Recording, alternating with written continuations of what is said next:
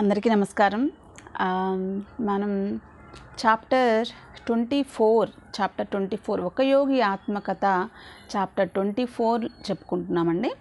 ఇప్పుడు ఈ చాప్టర్లో ఈ వీడియోలో మనం దేని గురించి మాట్లాడుకుంటామంటే నేను సన్యాసం తీసుకోవడం. సో మన పరమహంస యోగానంద గారు సన్యాసం తీసుకునే ఘట్టం అనేది కార్యం అనేది వచ్చేసింది. యాక్చువల్గా ఆయన లాస్ట్ వీడియోలో మనం చెప్పుకున్నట్టు ఆయన విశ్వవిద్యాలయం డిగ్రీ పట్టా అనేది పొందడం జరిగింది. అది ఎప్పుడు అంటే 1915వ సంవత్సరం జూన్ నెలలో ఆయనకి డిగ్రీ పాస్ అయినట్టు ఇన్ఫర్మేషన్ అనేది వచ్చిందనమాట. ఇక డిగ్రీ పాస్ అయిపోయారు కదా, ఇక వెంటనే పేరెంట్స్ ఏమంటారు, నెక్స్ట్ మనం జాబ్కి ట్రై చేద్దాం అని. సో అట్లా మన ముకుందుడి గారి వాళ్ళ నాన్నగారు రైల్వేలో ఒక ఉద్యోగాన్ని కోసం అని చెప్పేసి అప్లై చేద్దాము అని చెప్పేసి ఆయన్ని అడుగుతున్నారనమాట యోగానందుడిని. మన యోగానందుడేమో దానికి ఆయన ఒప్పుకోలేదన్నమాట. ఒప్పుకోకుండా వాళ్ళ గురువు గారైనటువంటి మన యుక్తేశ్వర గారి దగ్గరికి వచ్చేసారు. వచ్చి అడుగుతున్నారు ఆయన్ని ఏమని అంటే, గురుదేవా నాకు సన్యాస దీక్షని ఇవ్వండి అని చెప్పి అన్నారనమాట. అంతకుముందు చాలాసార్లు మన ముకుందుడు వాళ్ళ గురువు గారిని అడుగుతూ ఉంటారు నాకు సన్యాస దీక్ష ఇవ్వమని. బట్ ఆయన ఎప్పుడూ కూడా దానికి ఒప్పుకోలేదన్నమాట. బట్ ఈసారి యుక్తేశ్వర గారు నవ్వేసేసి ఒప్పుకున్నట్టుగా ఆయన హింటించారనమాట. అయితే యాక్చువల్గా ఏంటి అంటే అక్కడ ఎవరైనా సరే యుక్తేశ్వర గారు ఏమంటారు అంటే, ఒక వ్యక్తి తనకు తానుగా సన్యాసం అనేది తీసుకోవడానికి ముందుకు రావాలి. ఎవరో అడిగితే ఇవ్వడం కాదనమాట. యాక్చువల్గా ఈయనకి అనిపించిందా ఇక ఆ టైంకి మన ముకుందుడు మర్చిపోలేదు ఆ విషయాన్ని, దాని మీదే ఉన్నారు, దాని గురించి ఆలోచిస్తున్నాడు అని చెప్పేసి ఈయనకి ఎప్పుడైతే నమ్మకం కుదిరిందో ఇక సరే అని చెప్పేసి ఒప్పుకోవడం అనేది జరిగిందనమాట. నువ్వు ఎప్పుడు ఇంకా మర్చిపోలేదు, దాని మీద ఉన్నావు అని చెప్పేసి ఈయనకి సంతోషంగా అవుతుంది అనమాట. అప్పుడు మన ముకుందుడు అంటారు, గురుదేవా నేను మీకులాగానే నేను కూడా నా జీవితంలో మొట్టమొదటి ప్రిఫరెన్స్ అనేది భగవంతుడికే ఇవ్వాలి అని నేను అనుకుంటున్నాను. అందుకే నేను సన్యాసం అనేది తీసుకోవాలనుకున్నా. నేను చాలామందిని చూశాను, మా ఫ్రెండ్స్లో చాలామంది ధ్యానం చేసే వాళ్ళందరూ కూడా ధ్యానం చేసి కొన్ని రోజులు ప్రాక్టీస్ చేసి తర్వాత మ్యారేజ్ చేసుకున్నారు. ఆ తర్వాత కూడా మేము కంటిన్యూ చేస్తాము అని. బట్ వాళ్ళకేమైంది అంటే వన్స్ ధ్యానం చేస్తున్న వాళ్ళే పెళ్ళి చేసుకున్నాక వాళ్ళ ప్రిఫరెన్సెస్ అనేవి భౌతికమైన విషయాల పట్ల, అలాగే వాళ్ళ భార్యకి ఇవ్వడానికే వాళ్ళు ప్రిఫరెన్స్ అనేది ఫస్ట్ ప్రిఫరెన్స్ భార్యకి ఇవ్వడం అనేది అయిపోయింది. సో అలా నేను ఊహించుకోలేని నా జీవితాన్ని భగవంతుడికి సెకండ్ ప్రిఫరెన్స్ ఇవ్వడం అనేది నేను ఊహించుకోలేని విషయం.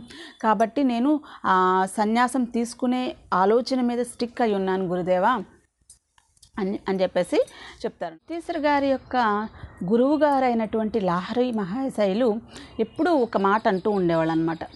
ఏంటంటే, నువ్వు నీ జీవితపు వేసవితనంలో భగవంతుడిని ఆహ్వానించకపోతే నీ ముసలితనం అనే చలికాలంలో ఆయన నీ దగ్గరికి రాడు అని. అంటే వేసవి అంటే పడుచుతనం, ముసలితనం అంటే చలికాలం ముసలితనంగా కంపేర్ చేస్తున్నారు ఇక్కడ. సో మనం యంగ్గా ఉన్నప్పుడే భగవంతుడిని మనం ఆహ్వానించాలి, ఆయన ప్రేమలో మనం పడాలి. అప్పుడే ఆయన కూడా మనతో ప్రేమలో పడతారు. అయితే అంటే ఆయన ఎప్పుడు మనతో ప్రేమగానే ఉంటారు. బట్ వన్స్ ఇప్పుడు చూడండి, ఇప్పుడు మనల్ని ఎవరైతే ప్రేమిస్తున్నారో వాళ్ళకి మన విషయం అంటే మనం ప్రేమిస్తున్న సంగతి మనం చెప్పకపోతే అది ఎప్పటికీ అలాగే ఉండిపోతుంది. అఫ్కోర్స్ వాళ్ళు మనల్ని ప్రేమిస్తూ ఉంటారు, బట్ అది మనం వాళ్ళకి కన్వే చేయకపోతే అది ఎప్పటికీ ఒక క్వశ్చన్ మార్క్గానే ఉంటుంది. కదా.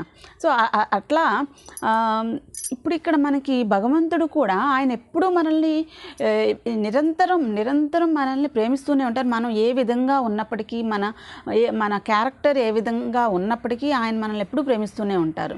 బట్ మనల్ నుంచి ఆయన ఒకటి కోరుకునేది ఏంటి అంటే స్వచ్ఛందంగా స్వతంత్రంగా మనం ఆయన ప్రేమ కోసం మనం ఆరాటపడాలి అనేదే మనకి. ఇప్పుడు ఎవరైనా మనల్ని ఇష్టపడుతున్నారు అంటే మనం ఏం కోరుకుంటాం, వాళ్ళు మనల్ని ఇంప్రెస్ చేయాలని, మనతో పాటు ఎక్కువ టైం మనతో స్పెండ్ చేయాలని ఆ విధంగా అనుకుంటాం కదా. ఇన్ ద సేమ్ వే భగవంతుడు కూడా మన ప్రేమను కోరుకుంటున్నాడు అనమాట. ఆయనకి లేనిది ఒక్కటే ఏంటి అంటే మన యొక్క ప్రేమ. సో మనం యంగ్గా ఉన్నప్పుడే ఆయన యొక్క ప్రేమను మనం ఆహ్వానించాలి, ఆయన ప్రేమ కోసం మనం ఆరాటపడాలి. అప్పుడే మనం ముసలితనంలో ఉన్నప్పుడు ఆ టైంలో ఇక మనం ఆ విధంగా మనం చేయడానికి అనేది మన శరీరం సహకరించకపోవచ్చు. సో ఇప్పుడు చేయాలి అని చెప్పేసి మన ముకుందుడి యొక్క అభిప్రాయం అన్నమాట. సో అభిప్రాయాన్ని వాళ్ళ గురువుగారితో షేర్ చేసుకుంటూ ఉన్నారు. అయితే ఇక్కడ మొత్తం ఈ ప్రపంచంలో యాక్చువల్గా మెడిటేషన్ చేయాలి, అప్పుడే భగవంతుడితో ఐక్యం కావాలి, ఇలాంటివన్నీ కూడా అంత ఈజీగా మనకి తెలిపేవి కాదు. అంతా ఈ ప్రపంచం అంతా మౌలికమైన ఈ ఎనర్జీ అంతా భగవంతుడి యొక్క శక్తితో, ఈ విశ్వం అంతా కూడా ఒక మాయతో, ఒక సృష్టితో, కొన్ని పదార్థాలతో నిండిపోయి ఉంది.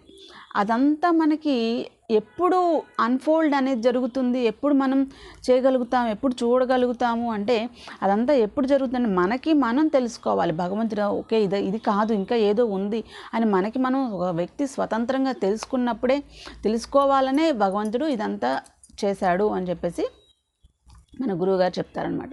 ఓకే, అది ముందు రోజు సన్యాసం తీసుకోవడానికి ముందు రోజు యుక్తేశ్వర్ గారు అండ్ మన యోగానందుడి గారి యొక్క డిస్కషన్, ఈ విధంగా వాళ్ళ యొక్క అభిప్రాయాలు అంటే ఎందుకు సన్యాసం తీసుకోవాలనుకుంటున్నాను అనేది ముకుందుడు వాళ్ళ గురువు గారికి ఎక్స్ప్లెయిన్ చేశారనమాట.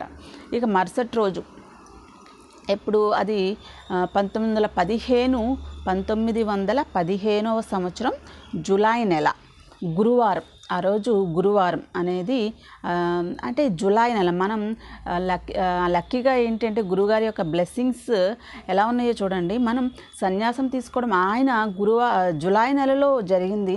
అదే మనం జూలై నెలలోనే ఈ సన్యాసం తీసుకోవడం అనే టాపిక్ కూడా మనం డిస్కస్ చేసుకోవడం అనేది జరుగుతుందన్నమాట. సో జూలైలో గురువారం రోజు మన ముకుందుడు సన్యాసం తీసుకోవడానికి రెడీ అయిపోయారనమాట. కొన్ని రోజులకే ఆయన జూన్లో డిగ్రీ తీసుకున్నారు, జూలైలో కొన్ని వారాలకే సన్యాసం తీసుకోవడం అనేది జరుగుతుందన్నమాట. అయితే మరుసటి రోజు యుక్తేశ్వర్ గారు చాలా నార్మల్గా సన్యాసం ఇవ్వడానికి ఈయన మొత్తం ప్లాన్ చేశారు. ఫస్ట్ ఆయన ఒక పట్టు వస్త్రాన్ని తీసుకున్నారంట. పట్టు వస్త్రం తీసుకుని ఆ పట్టు వస్త్రాన్ని ఆరెంజ్ కలర్ అద్దకంలో రంగులో ముంచి దాన్ని ఆరిన తర్వాత ముకుందుడికి కప్పారంట. సో అలా కప్పడం అనేది అక్కడ ప్రాసెస్. అయితే జనరల్గా ఏంటి అంటే యోగులు లేదా స్వాములు, భారతదేశంలో ఉన్న స్వాములు ఏంటంటే పేదరికానికి చిహ్నంగా వాళ్ళు నార్మల్ కాటన్ దుస్తులే ధరిస్తారు. కాషాయం రంగులో ఉన్నటువంటి కాటన్వి దుస్తులు ధరిస్తారు. బట్ దానికి ఆపోజిట్గా యుక్తేశ్వర్ గారు ఆయనకి పట్టు వస్త్రాన్ని ఆరెంజ్ కలర్ కాషాయ రంగు పట్టు వస్త్రాన్ని ఆయనకి బహుకరించడం జరిగిందనమాట. దానికి రీజన్ కూడా ఆయన చెప్తారు. ఏమని అంటే నువ్వు ఫ్యూచర్లో వేరే దేశాలకి వెస్ట్కి వెళ్తావు, అక్కడ వాళ్ళందరూ కూడా పట్టునే ఎక్కువగా ఇష్టపడతారు. అది కాక పట్టు అనేది ఏంటి అంటే మనలో ఉన్నటువంటి విద్యుత్ ప్రవాహాలని బయటికి పోనివ్వకుండా మన లోపలే ఉంచే శక్తి పట్టుకి ఉంది. కాబట్టి నువ్వు పట్టు ఆ కాషాయ రంగు దుస్తుల్ని ధరించు అని చెప్పేసి ఆయన సలహా ఇస్తారనమాట. సన్యాసం తీసుకోవడం అనే ప్రాసెస్ చాలా నార్మల్గా చేస్తాను నేను, ఎలాంటి హడావిడి ఉండకుండా నార్మల్గా చేస్తాను అని కూడా చెప్తారనమాట యుక్తేశ్వర్ గారు. దిశ అనే సాంగోపాంగ సన్యాస దీక్షలో అగ్ని కార్యం ఒకటి ఉంటుందన్నమాట. ఏంటి అంటే అక్కడ ఈ దేహాన్ని జ్ఞానం అనే జ్వాలల్లో మరణించినట్లు ఆ జ్ఞాన జ్వాలల్లో అగ్నిలో మరణించినట్లుగా వాళ్ళు చేస్తారన్నమాట. అంటే భౌతిక కాయాన్ని ఆ జ్ఞానం అనే జ్వాలలతో మండించినట్లు చేస్తారు. అంటే నెక్స్ట్ ఆ దీక్ష అనేది ఇస్తారనమాట. నెక్స్ట్ దీక్ష ఇచ్చినప్పుడు ఒక మంత్రం అనేది కూడా చెప్తారు. సోహం అని కానీ, తత్వమసి అని కానీ, అహం బ్రహ్మ అని కానీ, ఇట్లా కొన్ని మంత్రాలు అనేది ఇస్తారనమాట అందులో భాగంగా. బట్ మన యుక్తేశ్వర్ గారు చాలా సింపుల్గా హడావిడి లేకుండా చేద్దాము అనుకున్నారు కాబట్టి ఈ అగ్ని కార్యం అనే టాపిక్ని కాకుండా అట్లా ఏ హడావిడి లేకుండా ఆయన మన ముకుందుడికి ఏం చెప్తారంటే, నువ్వు ఒక కొత్త పేరుని ఎన్నుకునే స్వేచ్ఛను, అధికారాన్ని, హక్కును నీకు ఇస్తాను అని మన యుక్తేశ్వర్ గారు ముకుందుడితో అంటారు చిన్నగా నవ్వుతూ. అప్పుడు ఒక క్షణం ఆలోచించి మన ముకుందుడు యోగానంద అని చెప్తారనమాట. సో కొత్త పేరు యోగానందగా ఆయన తీసుకుంటారు.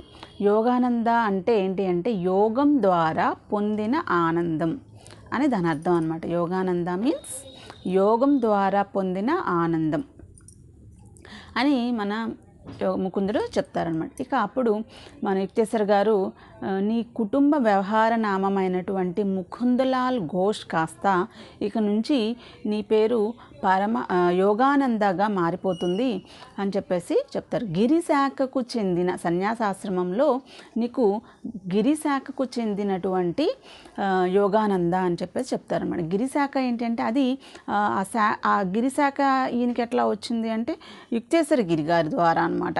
ఆయన గిరిశాఖకు చెందిన వాళ్ళు కాబట్టి ఈయన దీనికి దీక్షిస్తున్నారు కాబట్టి సో గిరిశాఖకు చెందినటువంటి యోగానందగా ఈయన పిలుస్తారనమాట.